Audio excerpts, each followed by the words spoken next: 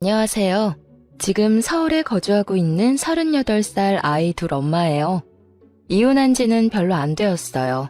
솔직히 아이가 둘이나 있어서 이혼을 해야 하나 망설일 때도 많이 있었지만 내로남불 남편이랑 같이 살다가는 제 수명이 줄어들 것 같아서 이혼을 결심하게 되었어요. 솔직히 남편 노릇은 그렇다 해도 아빠 노릇만이라도 제대로 했다면 이 지경까지 오지는 않았겠지만 어쩌겠어요. 제가 선택한 남자인데. 지금이라도 반품해서 다행이라고 생각해요. 저희는 동아리 모임을 통해서 만나게 되었어요. 저 또한 활기찬 성격이었기 때문에 외향적인 남편과 잘 맞았죠. 그래서 주말에 같이 운동도 하면서 데이트를 즐겨 했어요. 색깔도 문제가 없었는데 아이를 낳고 키우면서 서로 얼굴 붉힐 일들이 많이 생기더라고요. 여보, 이번 주 주말에 날씨도 좋다는데 근교 놀이동산이나 갈까? 아니면 근처에 키즈카페 오픈한 곳 있다던데 거기 갈까? 나 좀 쉬자. 나 평일에 쎄 빠지게 일하는 거 뻔히 알면서 주말에 쉬는 것도 아니고 와. 남편 좀 쉬는 게 그렇게 보기 싫냐? 주말에는 나도 좀 쉬자고. 아니, 애들이 평일에는 거의 집에만 있으니까 답답해하니까 그러지. 그럼 그냥 집 앞 놀이터에서 놀다가 새로 생긴 음식점 있던데 걸어서 산책하는 겸 저녁 먹고 오는 건 어때? 주말 이벤트로 좀 저렴하게 먹을 수 있는 것 같던데. 저녁은 안 돼. 나 애들이랑 약속 있어. 이번에 미국 갔다가 오는 친구 있어서 같이 얼굴 보기로 했어. 아, 뭐야, 쉬고 싶다며. 근데 어디 가? 그리고 친구? 저번 주도 친구 만난다고 나가서 새벽에나 기어들어왔잖아. 아니, 그렇게 친구가 좋으면서 왜 결혼했어? 애가 하나도 아니고 둘이나 되는데 왜 나만 챙겨야 해? 내가 평일에 어디를 가기를 하냐, 친구를 만나냐? 너는 집에서 놀면서 애기 보지만 나는 계속 일하다 요 근래 애들 좀 만나는 건데 뭘 그렇게 난리를 치냐? 그리고 솔직히 너 애들 생각해서 놀러 가자고 하는 거 아니잖아. 너가 놀러 가고 싶어서 그러는 거 아니야? 너가 가고 싶으면 직접 운전해서 가. 운전면허 어디다 쓰려고 그러냐? 나 어차피 그날 술 먹을 거라서 차 안 가져갈 테니까 당신이 차 써. 지금 애 하나도 아니고 둘을 내가 어떻게 데리고 다녀. 그리고 10살 넘은 애도 아니고 큰 애도 5살밖에 안 돼서 계속 신경 써야 하는데 내가 지금 애 둘을 데리고 나가는 게 내가 나가고 싶어서 그러는 거라고? 당신이 어떻게 그럴 수가 있어? 애는 나 혼자 만들었어? 아, 몰라. 너가 알아서 해. 이렇게 싸움을 끝내고 주말이 되니 남편은 아침부터 나갈 준비를 하는 거예요. 솔직히 저희 싸움이 마무리되지도 않았고 제가 계속 물건을 세게 내리는 등의 신경질을 냈는데도 아랑곳하지 않더라고요. 그래서 그냥 모임 안 가려고 내 화도 안 풀어주나 보다 생각을 했는데 이게 웬걸.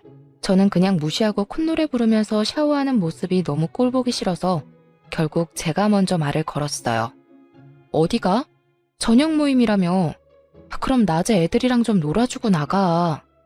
아, 원래는 그랬는데 친구가 일찍 보면 안 되겠냐고 하네. 그래서 점심 저녁 먹고 올게. 나 밥 안 챙겨줘도 돼. 당신 편하겠네. 내가 알아서 밥도 챙겨 먹고. 이런 남편이 어딨냐? 아니, 그럼 점심부터 나가서 저녁에 다 돼서 오겠다고? 주말에 나 혼자 애 보라고? 아니, 평일에도 내가 다 보잖아. 일찍 올게, 일찍. 얘들아, 아빠 다녀올게. 내가 그렇게 화를 내는 상황인데도 본인은 기분이 좋은지 신나서 인사하며 현관을 나서더라고요. 그 모습을 보면서 이따 집에 못 들어오게 문을 다 잠궈버려야 하나라는 생각도 들었어요. 그러면서 저도 모르게 계속 시계를 보게 되더라고요. 자존심 상해서 먼저 연락은 하고 싶지 않았어요. 그런데 저녁 시간이 지나고 8시, 9시가 돼도 올 생각을 안 하더라고요. 신나서 나간 남편은 밤 11시가 돼서야 집에 들어왔어요. 그것도 술을 잔뜩 먹고 술 냄새를 풍기면서 들어왔어요. 정말 냄새가 너무 역해서 토가 나올 것 같았어요. 저는 애둘 데리고 근교 키즈카페 다녀왔다가 씻기고 재우고 이제 좀 쉬려고 하는데 들어와서는 큰 소리로 애들을 찾으면서 애들을 만지려고 하더라고요. 아무래도 술 냄새가 심하게 나니 애들이 자면서도 뒤척이고 둘째는 울려고 하는 게 눈에 보였어요. 정말 힘들게 겨우 재운 건데 술 먹고 늦게 들어와서 애들부터 깨우려고 하는 남편을 보자니 속에서 열불이 나더라고요. 머리끄덩이를 잡아야 하나 싸대기를 때려야 하나 이걸 어떻게 해야 하나 생각하다가 발로 차버렸어요. 술을 워낙 많이 먹고 와서 그런지 아침에 다리에 멍들어 있는 걸 보면서 어디에 부딪혔나? 하는 모습이 웃겼어요. 그냥 발로 차서 침대 밑으로 떨어뜨릴 걸 그랬어요. 이렇게 모임을 잡고 계속 늦게 오는 일이 반복되는 도중에 둘째가 어린이집에 가게 되었어요. 둘째를 하루 종일 보고 있어서 제가 힘들었는데 몇 시간이지만 그래도 이제 좀 한숨 돌리겠다 생각이 들었어요. 하지만 그런 평화도 오래 가지 못했어요. 둘째가 갑자기 저녁에 기침을 하면서 열이 오르더라고요. 다음 날 어린이집에 전화해서 아무래도 아이가 열이 나서 등원을 못하겠다고 말씀드리니 지금 같은 반 원아가 폐렴으로 입원을 했다고 하더라고요. 그래서 저도 걱정이 돼서 병원에 갔다 왔어요. 그랬더니 폐렴 초기 증상이라 입원을 해야 할 것 같다 하시더라고요. 우선 알겠다고 하고 남편한테 연락을 했어요. 여보 바빠? 지금 병원 왔는데 둘째 열도 안 잡히고 폐렴 증상도 있어서 입원해야겠다고 하네. 그래? 그럼 입원해야지. 우선 짐도 챙겨야 하니 아직 입원은 안 했지? 이따 병원 갈 때 같이 가자. 알았어. 이따 집에서 봐. 그렇게 첫째도 하원시켜서 집에 있었어요. 혹시 몰라서 둘째 마스크도 씌우고 있고 큰애도 마스크 쓰라고 했거든요. 그러면서 기저귀랑 둘째 간식, 옷가지 등을 챙기고 있는데 첫째가 어디 가냐고 하더라고요. 그래서 동생이 아파서 병원에 가야 한다고 했어요. 그랬더니 그럼 자기는 누구랑 있냐고 해서 아빠랑 있을 거라고 말하니까 갑자기 울기 시작하더라고요. 첫째가 우니 둘째가 따라 울고 정말 이런 난장판이 없었어요. 때마침 남편이 와서 한 명씩 안아들고 겨우 달랬어요. 엘리베이터에서 나오는데 애들 울음소리가 들려서 놀랐잖아. 무슨 일이야?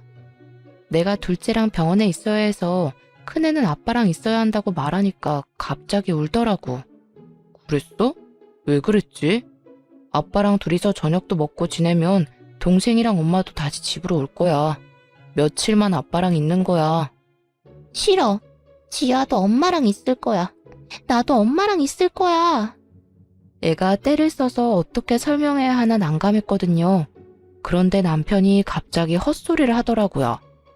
그냥 둘 다 데리고 가면 안 돼?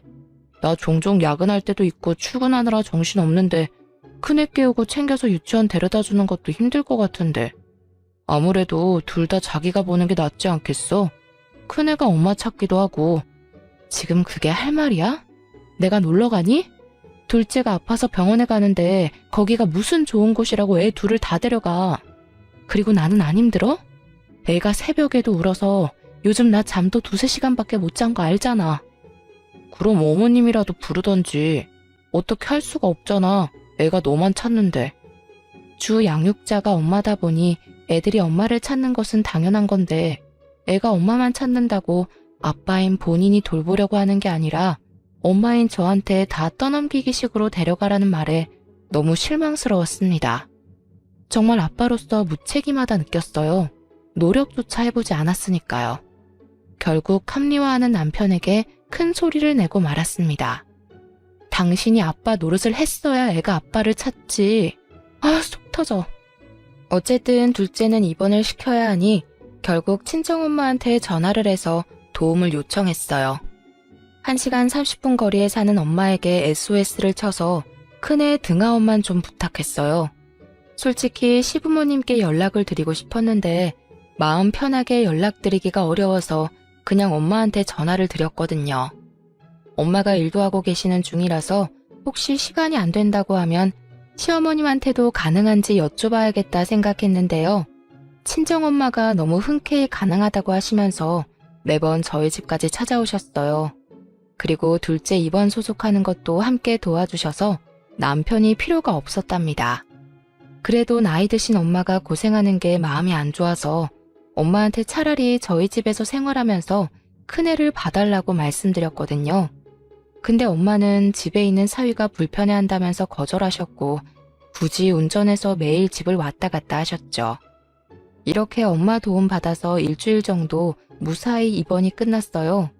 저는 도와준 친정엄마한테 너무 고마우니 성의를 봐서라도 용돈 정도는 드리는 게 맞겠다 싶어서 남편에게 말했죠.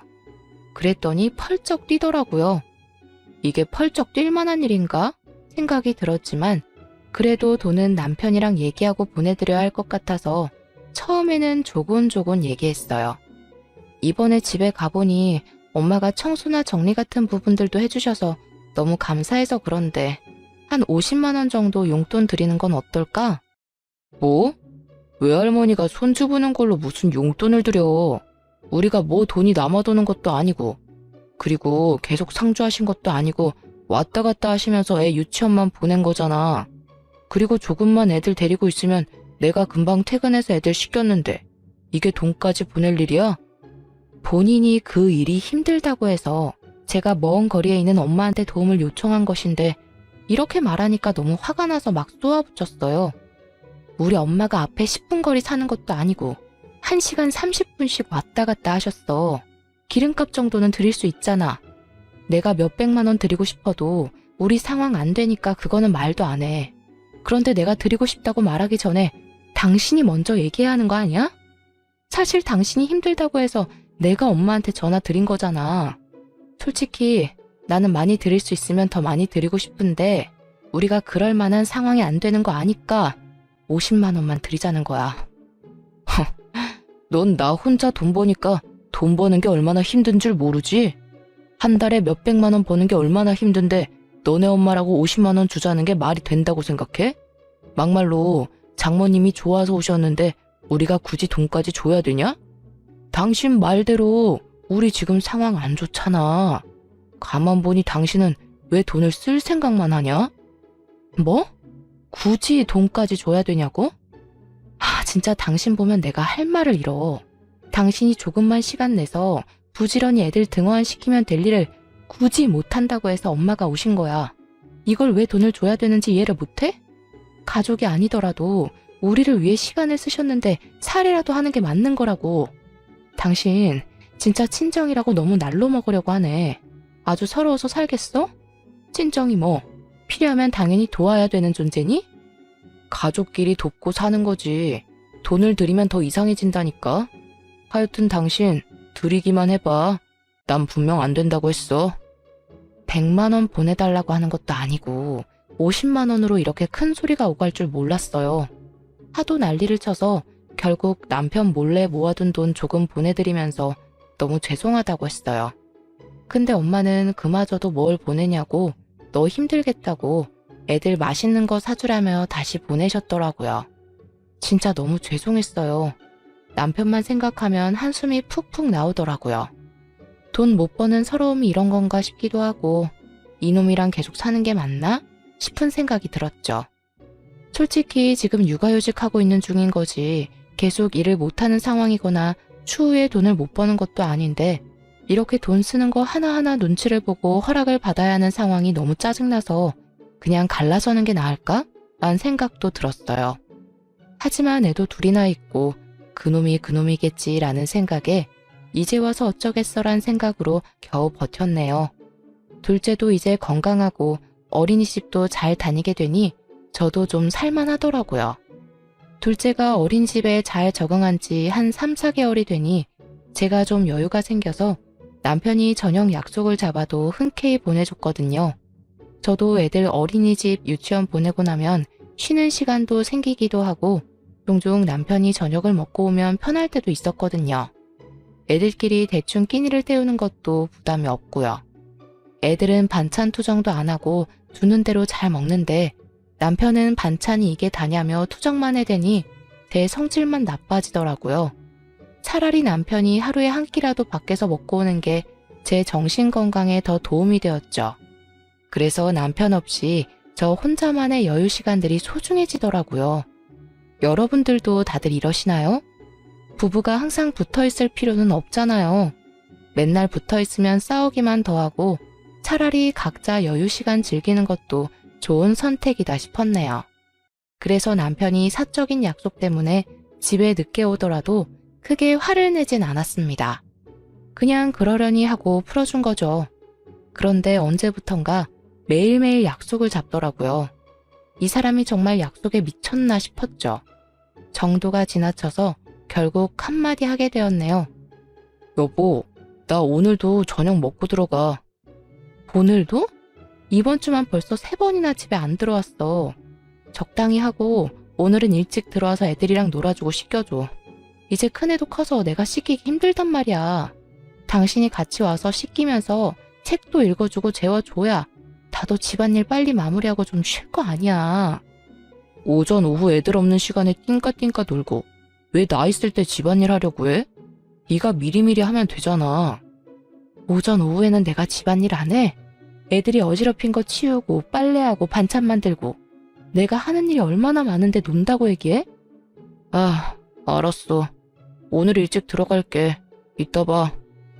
저녁 메뉴는 미리 준비해놔서 남편이 곧 도착한다는 연락을 받고 식탁에 저녁을 차려놓고 기다렸는데요. 남편이 도착해서 옷 갈아입고 나오더니 자연스럽게 소파에 가서 앉더라고요. 뭐해? 당신 밥 차려놓은 거 안 보여? 빨리 식사부터 해. 그런데 남편이 이런 말을 하더라고요. 당신은 좋겠다. 나도 맨날 집에서 놀면서 지내고 싶다. 어떻게 그런 말을 입 밖으로 낼 수가 있지? 라는 생각이 들었어요. 지금 내가 만든 밥과 내가 청소한 집에 살면서 어떻게 그런 말을 내뱉을 수 있는지. 심지어 오늘은 애들이 놀이터에서 놀고 와서 남편 오기 전에 샤워시켜서 남편이 할 것도 없었거든요. 진짜 내가 다 해주니까 고마운 줄 모르는구나 라는 생각이 들었지만 한편으론 그래, 얼마나 회사 생활이 힘들겠어. 좋게 좋게 생각하려 애썼답니다. 남편이 식사를 끝내고 또 제가 설거지를 했는데요. 곰곰이 생각할수록 내가 왜 이런 취급을 받으면서 애들을 봐야 하나 싶더라고요. 아무리 긍정적으로 생각해도 남편의 말 한마디 한마디가 저를 비참하게 만들었습니다. 그리고 순간적으로 이런 상태를 지속하는 것은 좋지 않겠다 싶었죠. 이런 상황이 계속해서 반복되면 나 스스로 너무 작아질 것 같았거든요. 그래서 남편한테 복직 얘기를 꺼냈어요. 애들도 이제 좀 컸고 나 그냥 복직하려고. 둘째도 어린이집 생활 잘하고 있고 나도 시간 유연제로 해서 근무하면 부담도 없을 것 같아. 이제 자기가 육아휴직하는 건 어때? 아까 나한테 나 부럽다며. 맨날 놀고 먹는 것 같아서 부럽다며. 근데 나 전업주부 아니고 육아휴직한 거였잖아. 큰애 초등학교 들어갈 때 또 육아휴직 써야 할 수 있으니 한 1년 정도는 당신이 쓰는 게 어때? 이렇게 말했더니 아주 펄쩍 뛰더라고요. 그렇게 쉬고 싶다고 말했던 남자는 어디 갔는지. 무슨 말이야. 남자가 무슨 육아휴직이야? 그리고 둘째가 아직 3살도 안 됐는데 벌써 복직을 한다고? 너 엄마 맞냐? 어떻게 그렇게 생각할 수가 있냐? 진짜 어이가 없다. 그리고 내 커리어는 생각 안 해? 어? 지금 커리어가 중요해? 당신 진짜 말 너무 서운하게 한다. 가만 보면 당신은 애한테 도움 주는 게 하나도 없는 것 같아. 애는 나 혼자 낳았어? 왜 맨날 책임은 내가 져? 그리고 당신 혼자 돈 번다고 유세 떨고 나는 집에서 먹고 노는 사람처럼 얘기하는 것도 짜증나. 애들은 알아서 크는 게 아니야. 부모 손길이 필요하다고. 그 속에서 엄마가 할 일, 아빠가 할 일 따로 있는데 당신은 아무것도 안 하려고 하잖아. 그리고 커리어? 내 커리어는 나는 뭐 하고 싶은 게 없어서 애 키우냐? 당신 지금 이런 태도 내로남불이야. 커리어 꺾이는 게 그렇게 싫으면 군소리 말고 일하던가. 아님 육아휴직하고 애들 보면 되잖아. 남편은 제 말에 할 말이 없는지 화장실로 도망가더라고요. 이렇게 결론 없이 싸움으로 마무리되었죠. 세상에 남자가 얼마나 많은데 하필이면 이런 남자를 골랐을까 하는 좌절감에 며칠 내내 마음이 좋지 않았어요. 육아에 버거워 우울증이 찾아온 건지 아니면 모든 육아맘들이 이런 고충을 안고 사는지는 모르겠지만 너무 서러워서 눈물이 마르질 않았답니다. 그리고 며칠 뒤 첫째 학교에서 부모 참관 체육대회가 있던 날이었어요. 여보, 이따 11시 맞춰서 공원으로 와야 해. 엄마들은 먼저 가서 도와줘야 해서. 나 먼저 가니까 시간 잘 기억해서 와야 해. 알겠지? 알겠어. 머리 아파 죽겠으니까 그만 말해. 제가 2주일 전부터 남편에게 누누이 말했는데요. 그걸 알고도 그 전날 술이 떡이 되도록 마셔왔더라고요. 저는 아침부터 도시락이며 돗자리며 준비하느라 눈코 뜰 새 없이 바빴는데 이런 제 노력도 모르고 남편은 술 때문에 속이 울렁거린다며 투덜거리더라고요. 이 사람이 아이 아빠가 맞는 건지 왜 저 혼자 부모 역할을 하고 있는 건지 속이 참 답답하더라고요. 남편이 아니라 애를 한 명 더 키우는 느낌 뭔지 아시죠? 그래서 등짝을 퍽퍽 치면서 남편을 훈육하고 말았네요. 너는 생각이 있냐 없냐? 다음날 애기 부모 참관 체육대에 있는 거 뻔히 알면서 어떻게 그 전날 술을 그렇게 많이 먹고 올 수가 있어? 난 먼저 나가서 애들 챙기고 있을 테니까 당신 꼭 10시 40분에는 집 나와야 된다. 장소는 톡으로 보내놨으니까 확인하고. 아, 시간 없어. 빨리 정신 차리고 일어나. 알았다고, 알았어. 아, 머리 울리니까 제발 그만 좀 말해. 그렇게 저는 먼저 체육대회 장소에 가서 애들 챙기고 선생님이 요청하는 일들을 하고 있었어요. 하지만 10시 50분이 되었는데 남편이 안 보이는 거예요. 다른 애들은 아빠 하면서 즐겁게 뛰어놀고 있는데 우리 애는 계속 아빠는 언제 와? 아빠 오늘 안 와? 이러는데 환장하겠더라고요. 애는 계속 아빠만 찾지 남편은 보일 생각을 안 하지. 그래서 핸드폰을 찾아서 전화를 걸었어요. 지금 전화기가 꺼져 있사오니? 이 사람이 휴대폰을 충전을 안 하고 잔 건지 아님 일부러 꺼놓은 건지 1시간이 넘도록 전화기는 꺼져 있었습니다. 결국은 행사가 끝날 때까지 아이 아빠는 오지 않았어요. 저는 속이 썩어갔지만 애들 앞에선 억지로 웃으며 행사를 마무리했네요. 집에 갔더니 코 골면서 퍼질러 자고 있는 남편을 발견했습니다. 소파에 누워있는 남편을 발로 차서 깨웠어요. 야, 생각이 있어? 내가 아침부터 그렇게 말했는데 쳐 자고 있니? 지금 몇 시인 줄 알아? 몇 시인데? 지금 오후 4시고 해가 지고 있다고 이 머저리야. 시간이 그렇게 됐어? 씻기 전에 잠깐 누워있다가 씻는다는 걸. 미안해. 딸 미안해. 아빠 미워. 나만 아빠 없고. 아빠 진짜 미워. 그렇게 첫째는 방문을 쾅 닫고 방에 들어갔답니다. 며칠 동안 아빠한테 삐져있을 게 분명했어요. 나 더 이상은 못 참으니까 이제 당신이 육아휴직 써. 나 다음 주에 복직 신청서 낼 거니까. 뭐? 진심이야? 애는 엄마가 봐야지. 다음 주 가서 바로 육아휴직 신청하고 와. 안 하고 오면 내가 회사에 전화해서 신청해버리라니까. 그렇게 남편은 육아휴직을 제출하고 저는 복직 신청을 진행했어요.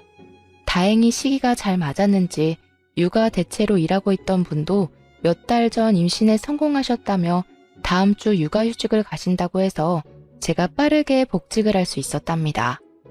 남편은 애가 둘이기도 하고 한 번도 육아휴직을 신청한 적이 없어서 어렵지 않게 승인이 되었어요. 확실히 대기업을 다니니 이런 복지가 있어서 좋더라고요. 그래서 남편은 제가 복직하고 일주일 뒤부터 육아휴직을 시작하게 되었어요. 처음에는 제가 출근하는 거 보면서 누워만 있으니 좋았나 봐요. 그런데 아이들 챙기는 일이 쉽지 않다는 거 아니까 그냥 냅뒀어요. 즐길 수 있을 때 즐기라고. 그런데 퇴근하고 집에 왔는데도 집안 꼴이 똑같더라고요. 처음에는 그래, 갑자기 애들 챙기게 되니 정신없겠지 생각해서 제가 이것저것 도와줬었어요. 와서 저녁을 해줄 때도 있고 제가 대신 애들 케어해줄 때도 있고요. 그런데 어느 순간부터 아무것도 안 하고 제가 가도 애들 TV 보여주면서 소파에 누워있더라고요. 그래서 화가 나서 나 밥 안 주냐고 소리쳤어요. 뭐해? 밥 안 차려? 나 배고파. 당신이 해. 나 오늘 애들 보느라 힘들었어. 뭐가 힘들어? 젖먹이 애기 있는 것도 아니고 어린이집 유치원만 보내놓으면 거기에서 다 해주는데. 그리고 나 입으로 하나도 없어. 빨래는 도대체 언제 할 거야? 당신 잊었어? 당신 입으로 그랬잖아. 집에서 노는 사람이 다 하는 거라고. 왜 안 해놨냐고. 빨리 밥 차리고 집안일 해. 이렇게 쏘아붙이니 씩씩거리면서 일어나서 차리더라고요. 그래봤자 저희 부모님이 보내주신 반찬이랑 어머님이 만들어준 음식 데우는 것만 했었어요. 근데도 힘들다고 징징거리는 모습에 어이가 없었네요. 애들 재울 때도 저 혼자 방에 들어가서 자고 그랬어요. 애들이 엄마 찾아도 이제 아빠랑 자라고 단호하게 보냈거든요. 이렇게 며칠을 싸우고 냉랭한 분위기에서 퇴근한 저는 보란듯이 아무 일도 안 하고 바로 잤어요. 일이 조금이라도 많아지면 바로 야근 신청을 했고요. 이런 날들이 반복되니 남편이 정말로 힘들었나 봐요. 제가 좀 일찍 출근했던 날에 남편이 문자를 보냈더라고요. 여보, 미안해. 전에는 몰랐는데 육아가 쉬운 일이 아니더라. 너무 힘들어서 요즘 근육통이 낫지를 않아. 밤마다 허리도 너무 아프고. 연약한 당신이 이걸 다 어떻게 해냈을지. 그동안 내가 당신한테 너무했지?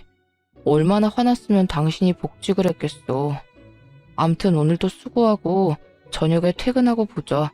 사랑해 여보. 고작 한 달 만에 이렇게 꼬리를 내리다니. 저는 6년 넘도록 육아를 전담했는데도 하지만 남편의 진심 어린 문자 하나에 사르르 풀리고 말았네요. 한편으론 쌤통이라고 생각이 들면서도 내 남편이라고 안쓰러운 건 어쩔 수 없더라고요. 그래서 오늘 저녁은 외식이라도 해야겠다 싶어서 좀 빨리 퇴근했죠. 근데 웬걸? 신발장을 보는데 모르는 신발이 보이더라고요. 들어갔더니 식탁에 앉아 둘째를 보고 있던 어머님과 눈이 마주쳤습니다. 그래서 순간적으로 헉 했어요. 남편이 따로 언질을 한 것도 아니어서 저도 모르게 얼어붙게 되더라고요. 어머님 오셨어요? 여긴 어쩐 일로... 별다른 말씀은 하지 않으시지만 제 얼굴은 보지도 않으시고 계속 애만 쳐다보고 계시더라고요. 그러면서 저를 훑어 쳐다보시는데 눈빛이 뭔가 쎄하더라고요. 그래서 남편을 방 안에 조심히 데리고 들어와서 이게 어떻게 된 거냐고 물어봤죠. 내가 애 보기 힘들다니까 엄마가 왔어. 왜? 그러면 안 돼?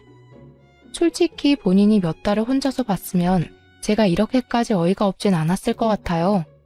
고작 한 달도 안 돼서 힘들다고 징징대는 모습에 저도 모르게 가자미 눈이 되더라고요. 남편은 구구절절 변명을 하기 시작했습니다. 너도 힘들 때 장모님 불렀잖아. 나도 우리 엄마한테 도와달라고 한 건데 대체 뭐가 문제야? 말이라도 해봐. 그렇게 째려보지 말고.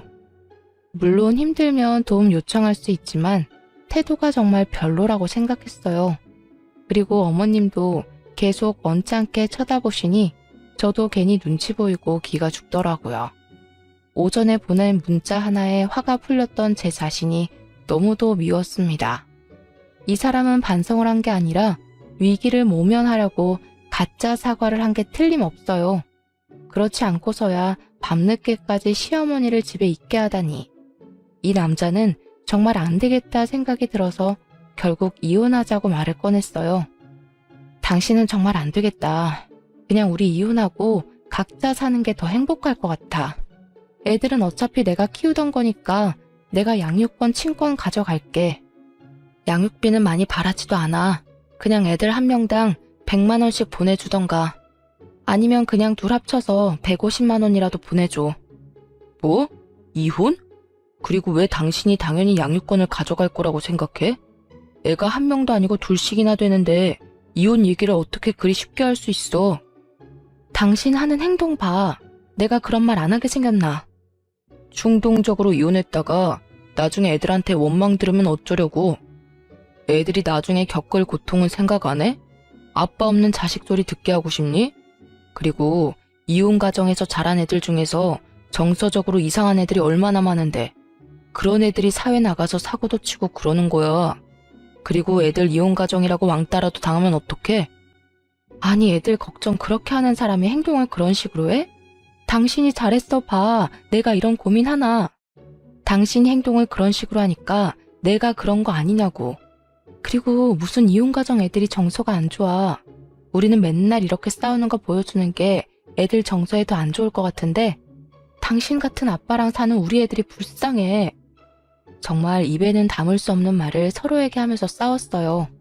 하지만 저도 한편으로는 아빠 없는 애들을 만들고 싶지 않다는 생각이 들어서 조금 더 참아보자라는 생각으로 3달을 버텼네요. 종종 어머님이 오셔서 아이들을 봐주기도 했고 남편도 나름 열심히 하는 것 같아서 이렇게 그냥저냥 지나가나 보다 했지만 결국 큰 게 터졌어요. 일하고 있는 도중에 어머님한테 전화가 왔어요. 곧 회의 들어가야 돼서 전화는 받지 못했고요. 문자로 시간 날 때 전화 좀 달라고 왔길래 불안한 마음에 회의에 제대로 집중할 수가 없었답니다. 그래서 어머님한테 전화 걸기 전에 남편한테 먼저 전화를 걸었죠. 그랬더니 남편은 별일 없었고 허리 아프다고 일찍 가셨다는 말밖에 안 하더라고요. 퇴근하는 길에 어머님께 전화를 드리니 갑자기 푸념을 시작하셨어요. 너는 내가 나이가 몇인데 손주를 이렇게 매일 봐줘야 하니? 손주 보느라 나는 친구들도 못 만나고 맨날 시간에 얽매여서 사는 게 얼마나 힘든지 아니? 애들 아빠야, 남자니까 섬세하지 못한다고 해도 너는 그러면 안 되는 거 아니지 않니? 네? 무슨 말씀이세요? 정말 이해가 하나도 안 되더라고요. 물론 힘드시니까 푸념을 할 수 있다고 생각했어요. 하지만 제가 뭘 잘못한 게 아닌데도 다짜고짜 화부터 내시니 가만히 듣고만 있는데 어머님 본심이 술술 들리더라고요. 내가 이렇게 나이 먹어서 손주까지 봐주는데 용돈 하나 없는 게 말이 되니?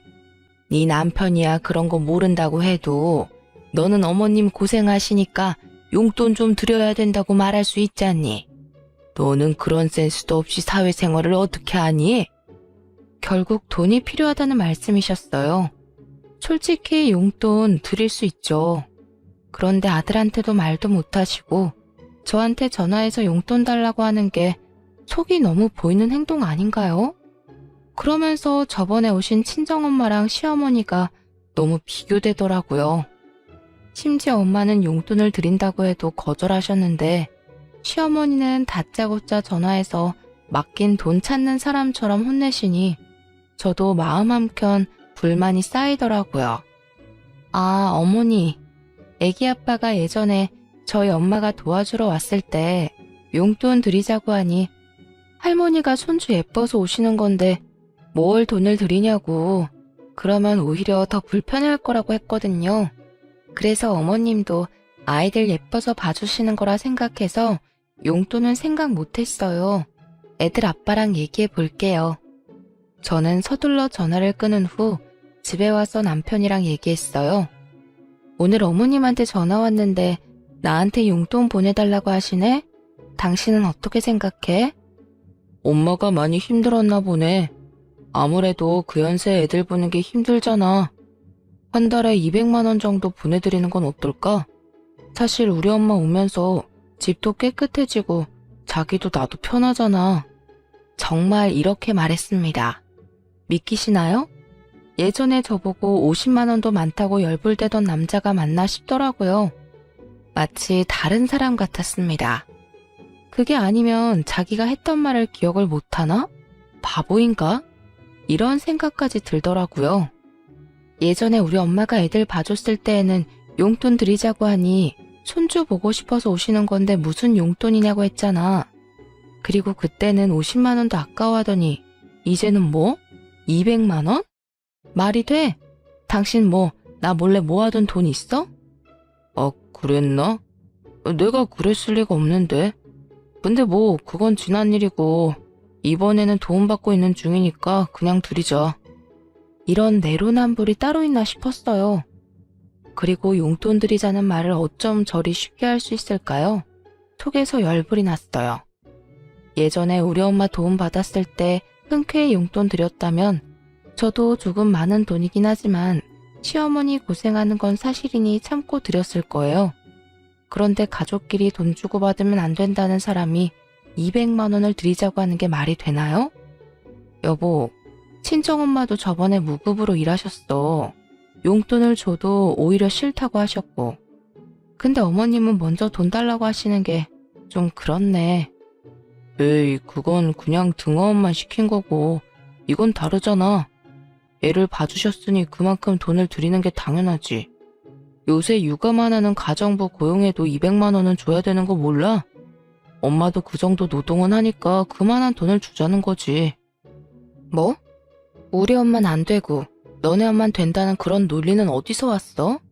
진짜 못 들어주겠네. 아, 근데 우리 돈 없잖아. 나도 어머님께 드릴 돈 없어. 지금 나 혼자 벌어서 상황이 안 좋은데 월 200만 원을 어떻게 주겠어? 어머님이 정 힘들어 보이면 자기가 더 집안일하고 애들 보면 되겠네. 그러고 문을 쾅 닫고 들어왔어요. 그랬더니 쪼르르 들어와서 아니 말을 왜 그렇게 하냐며 성질을 내는데 저는 아랑곳하지 않았어요. 그리고 돈을 그렇게 주고 싶으면 스스로 투잡을 하든 부업을 해서 직접 주라고 말했죠. 하지만 본인이 힘든 거는 하기 싫었나 봐요. 곧바로 꼬리를 내리더라고요. 본인이 생각해도 억지를 부리는 것이라고 생각을 했는지 그 뒤로는 어머님 용돈 달라는 말을 안 해서 잘 마무리되었나 보다 생각을 했어요. 그런데 제가 가타부타 얘기 드리는 것도 없고 따로 연락 주는 것도 없으니 어머님이 답답하셨는지 슬그머니 남편한테 전화를 하더라고요. 그땐 제가 옆에 있어서 통화 내용을 대충 엿들었어요. 그런데 어머님 태도도 좀 너무하더라고요. 아들한테는 사근사근 고상한 말투로 그랬구나, 알겠어 라며 좋게 넘어가셨어요. 그런데 저는 만만하셨는지 1분 뒤에 갑자기 저한테 전화가 왔더라고요. 그러곤 대뜸 화부터 내셨어요. 이런 경우가 어디 있니? 예전에 너 우리 집에 인사 올 때부터 마음에 안 들었어. 너한테 우리 아들이 가당키나 하니? 아주 오냐오냐 해주니까 끝도 없이 기어오르려고 하는구나. 지금 너가 애들 엄마로 뭘 하고 있니? 우리 아들이 애들을 다 키우고 있는데 그럴 거면 너네 이혼해라 라고 말이죠. 저는 속으로 오히려 좋다라고 느꼈어요. 솔직히 저 스스로 긴가민가한 부분이 있었거든요. 그런데 오히려 성을 내시면서 당장 이혼하라고 하니 제 입장에서 거절할 이유가 없었죠.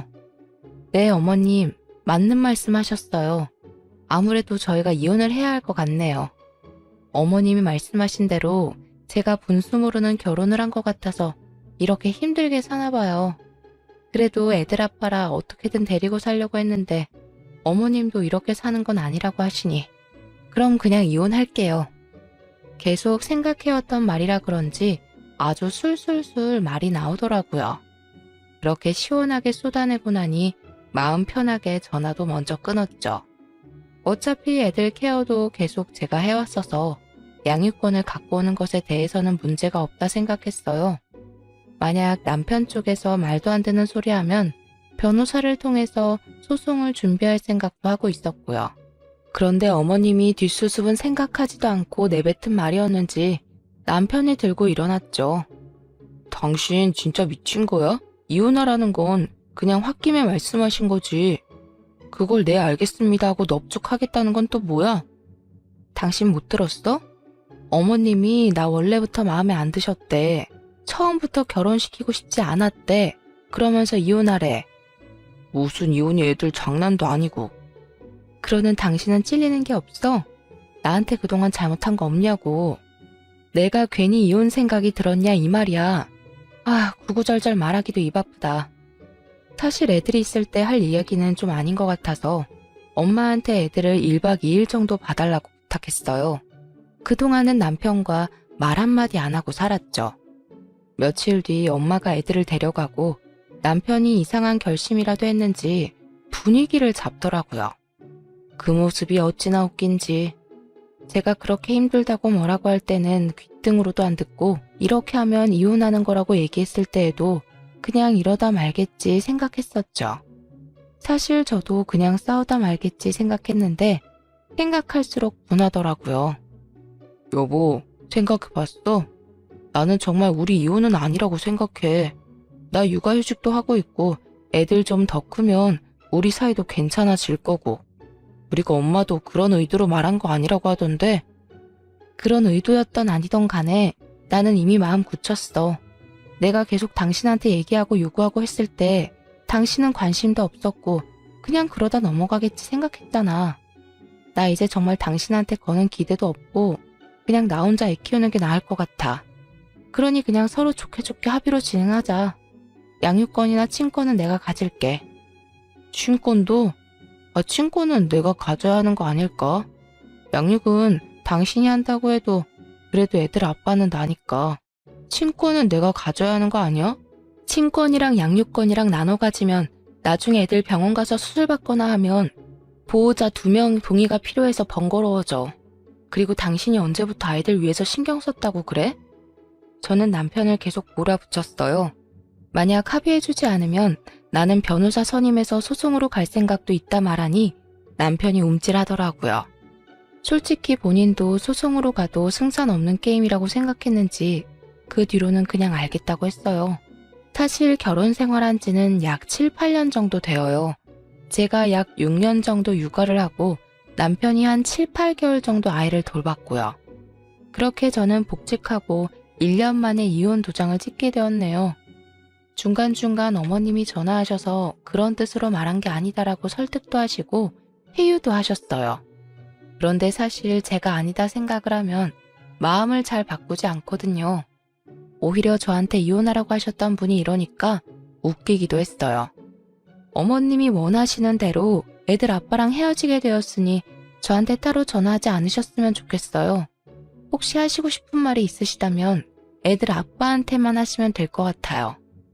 하고는 전화번호도 차단했어요. 예전 같았으면 정말 상상도 못할 일이죠. 그런데 저도 이제는 뭐 안 볼 사람인데 나 편한 대로 살아야지란 마음이 생기면서 눈치도 안 보고 하고 싶은 대로 행동하게 되었네요. 이후 과정은 합의로 원만하게 진행이 되었어요. 몇 차례 남편이 울면서 다시 생각하자고 말하긴 했지만 악어의 눈물 같아 보였어요. 예전 같았으면 뭔가 짠하면서 마음도 아프고 그랬을 텐데 질질 짜는 모습 보면서 이제는 좀 찌질하기도 하고 남편한테는 그래 있을 때 잘하지 그랬냐 라고 하고 말았네요. 제가 생각이 안 바뀌는 걸 알고 나서는 더 이상 남편도 저를 설득하지 않고 최대한 원활하게 상황을 마무리하려고 노력하더라고요. 그래서 지금은 남편한테 양육비 받으면서 애들이랑 부모님이랑 같이 살고 있어요. 아무래도 제가 회사를 다니면서 아이 둘을 케어하는 게 힘들더라고요. 그래서 재산 분할로 받은 돈이랑 저희 부모님 전세 자금이랑 합쳐서 회사 근처에 집 하나 장만하고 부모님이랑 아이들이랑 같이 살고 있어요. 아이들은 2주에 한 번씩 아빠 집으로 놀러 가요. 그럴 때 저는 친구를 만나거나 부모님 모시고 1박 2일 여행을 가면서 힐링 생활을 하고 있어요. 제 마음이 편하니 아이들도 편안해 보여요. 이게 맞는 것인지 저도 무척 고민을 많이 했답니다. 결론적으로 보면 아이들도 부모님이 맨날 만나서 싸우는 모습을 보지 않아서 편안하고 저 또한 집에 들어가는 것에 스트레스 받지 않아서 좋더라고요. 혹여나 이혼 가정이라는 꼬리표가 아이들의 정서에 영향을 끼치면 어쩌나 고민도 참 많이 했는데요. 아직 다 크진 않았지만 우리 꼬맹이들이 아빠 보고 싶다는 말은 안 꺼내더라고요. 그리고 첫째 아이가 엄마가 웃고 있어서 지아도 행복해 라고 말하더라고요. 그렇게 다시 얘기를 하고 저 정말 열심히 살았었네요. 결혼하고 헤어지기로 결심하기까지 고민이 많으시겠지만 내로남불로 힘든 분들이 있다면 본인을 위한 선택이 무엇인지 한번 고민해보라고 말씀드리고 싶네요. 지금까지 제 사연 들어주셔서 감사합니다.